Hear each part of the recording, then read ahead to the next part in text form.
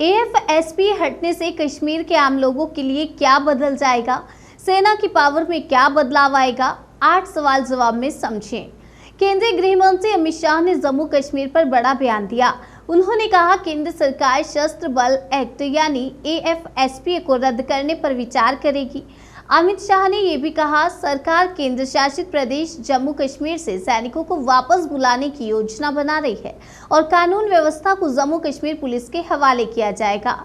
शाह का कहना था कि जम्मू कश्मीर की पुलिस ने कई बड़े ऑपरेशन का नेतृत्व किया है। शाह ने पाकिस्तान को दो टूक कहा, हम कश्मीरी युवाओं से बातचीत करेंगे, ना कि उन संगठनों से जिनकी जड़ें पाकिस्तान से जुड़ी हैं। शाह ने पाकिस्तान की बदहाली का हवाला दिया और कहा कश्मीर को सिर्फ पीएम मोदी ही बचा सकते हैं। शाह ने साफ शब्दों में कहा बीजेपी और पूरी संसद का मानना है कि पीओके भारत का अभिन्न अंग है। पीओके में रहने वाले मुस्लिम भाई भी भारतीय हैं और हिंदू भाई भी भारतीय हैं। पीओके पर पाकिस्तान का अवैध कब्जा है। आइए जानते हैं कि एएफएसपी हटने से कश्मीर में क्या बदल जाएगा और सेना की पावर में क्या बदलाव आएगा। आइए जानते हैं। नंबर 1, क्या एएफएसपी का विरोध किया जा रहा था? जम्मू कश्मीर में एएफएसपी को दशकों से इसका विरोध किया जा रहा है। दरअसल राजनीतिक दलों और आम लोगों की कई सालों से मांग थी कि जम्मू कश्मीर में सेना को जो विशेष अधिकार है उसे हटाना चाहिए। कई बार देखा गया कि इसका दुरुपयोग भी हुआ है। फर्जी एनकाउंटर हुए। हाल ही में राजौरी में कस्टडी में 4 युवाओं की मौत ने माहौल गर्मा दिया था। क्वेश्चन नंबर 2, क्यों एएफएसपी को हटा रही है सरकार? केंद्र में जो सरकारें होती थी उनका कहना होता था कि जम्मू कश्मीर में उस तरह के हालात नहीं हैं कि सशस्त्र बल विशेष अधिकार अधिनियम को हटाया जा सके या फिर सेना को कम किया जाए। लेकिन अब चूंकि 2019 से पिछले 5 साल में जम्मू कश्मीर के हालात में बहुत सुधार हुआ है, इसके आंकड़े संसद में भी पेश किए गए और ग्राउंड पर भी देखने को मिल रहा है। गृह मंत्री अमित शाह कहते हैं कि हम जम्मू कश्मीर पुलिस में गुणात्मक बदलाव लाए हैं। वे अब सभी ऑपरेशन में सबसे आगे हैं। पहले सेना और केंद्रीय बल ही नेतृत्व कर रहे थे। चुनाव के बाद हम निश्चित रूप से कानून व्यवस्था की जिम्मेदारी पूरी तरह से जम्मू कश्मीर पुलिस को सौंप देंगे।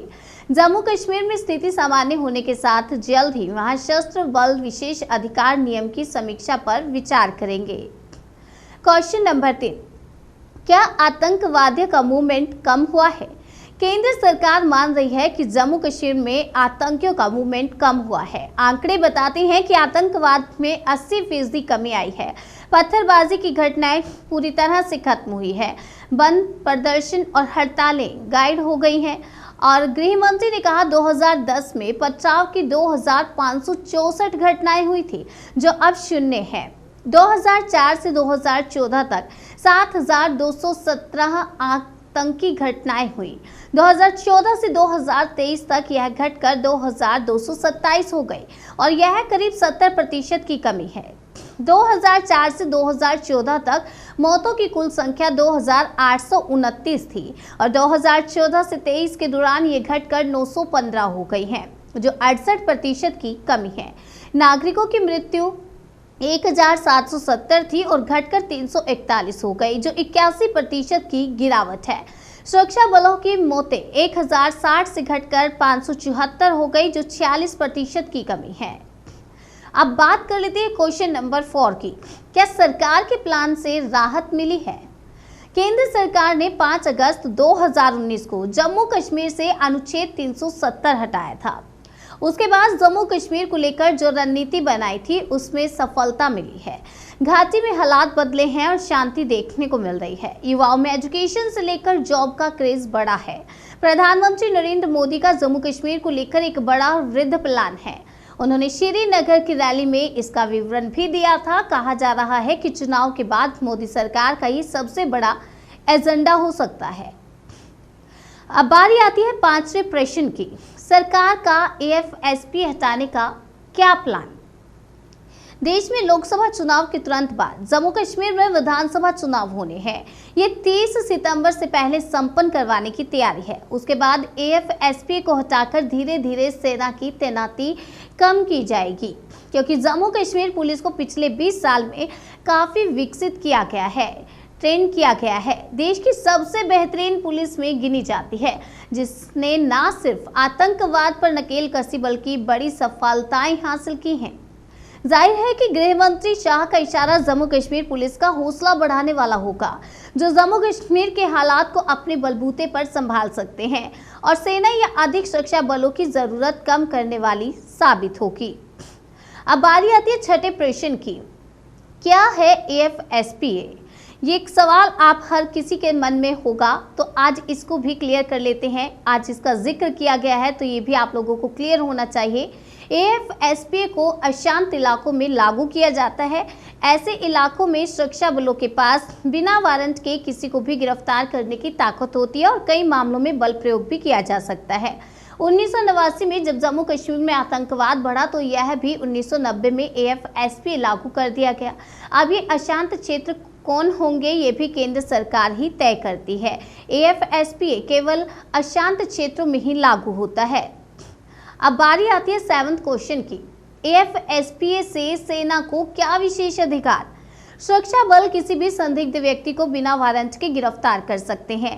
कानून का उल्लंघन करने वाले को चेतावनी देने के बाद बल प्रयोग और उस पर गोली चलाने की भी अनुमति होती है। इस कानून के तहत सुरक्षा बलों को किसी के भी घर या परिसर की तलाशी लेने का अधिकार होता है। इसके लिए सुरक्षा बल जरूरत पड़ने पर बल का प्रयोग भी कर सकते हैं। अगर सुरक्षा बलों को ऐसा अंदेशा होता है कि उग्रवादी या उपद्रवी किसी घर या बिल्डिंग में छिपे हैं तो उसे तबाह किया जा सकता है। इसके अलावा वाहनों को रोककर उनकी तलाशी भी ली जा सकती है। बड़ी बात यह है कि जब तक केंद्र सरकार मंजूरी ना दे तब तक सुरक्षा बलों के खिलाफ कोई मुकदमा या कानूनी कार्रवाई नहीं की जा सकती। लेकिन जम्मू कश्मीर से AFSPA हटाए जाने से सेना के विशेष अधिकार समाप्त हो जाएंगे। अब बारी आती है 8वें प्रश्न की। POK को लेकर सरकार का क्या स्टैंड है? POK को लेकर गृह मंत्री अमित शाह ने अलग अलग मंचों के अलावा संसद में भी बयान दिया। शाह का कहना है कि POK भारत का अभिन्न हिस्सा है, उसे अपने वक्त पर वापस लिया जाएगा। इसके लिए एक लंबी प्रक्रिया है। जब अनुच्छेद 370 हटाया गया था तब भी गृह मंत्री ने संसद में POK को लेकर बयान दिया था। अब तक UN समेत अन्य देशों में ये बात उठती थी कि जम्मू कश्मीर में सेना की तादाद बहुत ज़्यादा है, लेकिन आर्म्स फोर्स एक्ट हटने के बाद राष्ट्रीय और अंतर्राष्ट्रीय स्तर पर भी POK को लेकर एक संदेश जाएगा। तो ये 8 सवाल जवाब आप लोगों के सामने थे। अब बारी आती है अमित शाह ने क्या कहा। गृह मंत्री अमित शाह ने कश्मीरी समाचार चैनल को दिए इंटरव्यू में कहा, घाटी से सैनिकों की वापसी का प्लान तैयार हो गया है। घाटी के लोग मुगालते से बाहर निकले, युवा विकास की प्रक्रिया से जुड़े, सरकार अपना प्रयास कर रही है। जम्मू कश्मीर को स्वर्ग माना जाता है, युवा वर्ग इस स्वर्ग को एंजॉय करे, हाथ में पत्थर नहीं लैपटॉप पकड़े। उन्होंने कहा जितनी फर्जी मुठभेड़ें उनके समय में हुई उतनी किसी अन्य शासन में नहीं हुई। पिछले 5 साल में एक भी फर्जी मुठभेड़ नहीं हुई है, बल्कि फर्जी मुठभेड़ों में शामिल लोगों के खिलाफ FIR दर्ज की गई है। हम कश्मीर के युवाओं के साथ बातचीत करेंगे, ना कि उन संगठनों के साथ जिनकी जड़ें पाकिस्तान में हैं। वो 40,000 युवाओं की मौत के लिए जिम्मेदार हैं। शाह ने कहा मोदी सरकार ने आतंकवादी गतिविधियों में शामिल होने के लिए 12 संगठनों पर प्रतिबंध लगाया है, 36 लोगों को आतंकवादी घोषित किया है। टेरर फंडिंग को रोकने के लिए 22 से ज्यादा मामले दर्ज किए गए हैं और 150 करोड़ रुपए की संपत्ति जब्त की है। 90 संपत्तियां भी कुर्क की गई हैं और 134 बैंक खाते फ्रीज कर दिए गए हैं। हमने शांति स्थापित की और शांति खरीदी नहीं जा सकती। जो कोई भी बातचीत करना चाहता है उसे संविधान के दायरे में आना होगा। बातचीत की प्रक्रिया में हुर्रियत कॉन्फ्रेंस का कोई स्थान नहीं है। बीजेपी और पूरी संसद का मानना है कि POK भारत का अभिन्न अंग है। मुस्लिम भाई भी भारतीय हैं और POK में रहने वाले हिंदू भाई भी भारतीय हैं और पाकिस्तान ने जिस जमीन पर अवैध कब्जा किया है वह भी भारत की है और इसे वापस पाना हर भारतीय हर कश्मीरी का लक्ष्य है। शाह ने आगे कहा जो लोग इस्लाम के बारे में बात करते हैं उन्हें पता होना चाहिए कि मरने वालों में 85% हमारे मुस्लिम भाई बहन थे। शाह ने जम्मू कश्मीर के युवाओं से पाकिस्तान की साजिशों से दूर रहने को भी कहा।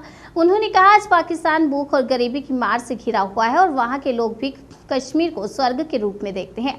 मैं सभी को बताना चाहता हूं कि अगर कोई कश्मीर को बचा सकता है तो वो प्रधानमंत्री नरेंद्र मोदी हैं। गृहमंत्री ने कहा मोदी सरकार शहीदों के परिजनों को नौकरी देकर सुरक्षा बलों का मनोबल बढ़ा रही है। उन्होंने कहा आज एक भी शहीद का परिवार बिना नौकरी के नहीं बचा है। इससे पहले शाह ने कहा था कि पूर्वोत्तर राज्यों में 70% क्षेत्रों में AFSP हटा दिया गया है। जम्मू कश्मीर और पूर्वोत्तर राज्यों में विभिन्न संगठनों और व्यक्तियों द्वारा AFSP को हटाने की मांग की गई है।